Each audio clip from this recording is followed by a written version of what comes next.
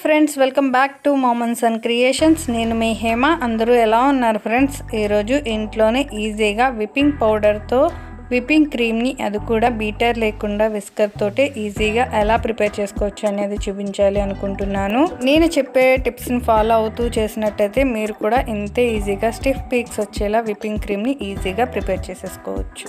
ఇక్కడ నేను 50 grams whipping పౌడర్ని తీసుకుంటున్నానండి. ఒక మిక్సింగ్ బౌల్ తీసుకుని దాంట్లో ఈ 50 గ్రామ్స్ విప్పింగ్ పౌడర్ని యాడ్ చేసేసాను. మనం ఎంతైతే పౌడర్ తీసుకుంటున్నామో అంతే క్వాంటిటీలో మిల్క్ తీసుకోవాలండి. అంటే 50 గ్రామ్స్ చిల్లుడు మిల్క్ ఫ్రిడ్జ్లో కాచి చల్లార్చి ఉంచిన మిల్క్ని మాత్రమే యాడ్ చేయాలండి. అవి కూడా ఒకేసారి యాడ్ చేయకూడదు.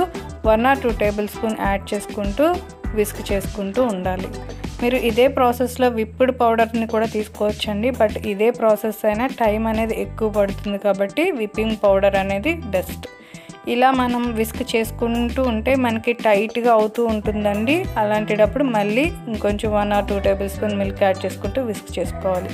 ఇలా మనకి హాఫ్ మిల్క్ అయిపోయిన తర్వాత ఒక బౌల్ తీసుకుని దాంట్లో ఐస్ క్యూబ్స్, ఐస్ వాటర్ని యాడ్ చేసి ఈ బౌల్ని దాంట్లో ఉంచి విస్క్ చేసుకోవాలి. ఇలా విస్క్ చేసుకోవడం వల్ల మనకి క్రీమ్ అనేది టైట్గా ఉంటుందండి, లూజ్ అనేది అవ్వకుండా ఉంటుంది.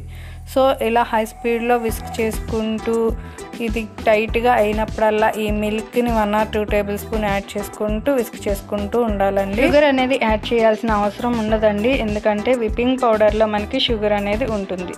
ఇలా విస్క్ చేసుకుంటూ ఉన్నప్పుడు మనకి పాలన్నీ అయిపోయాక కూడా ఇంకా లూజ్గానే ఉంది క్రీమ్ అనేది అనుకుంటే కనుక 2 table spoon corn flour add చేయాలండి. కార్న్ ఫ్లోర్ యాడ్ చేసినప్పుడు 1 టేబుల్ స్పూన్ షుగర్ వరకు షుగర్ పౌడర్ని యాడ్ చేయాలి.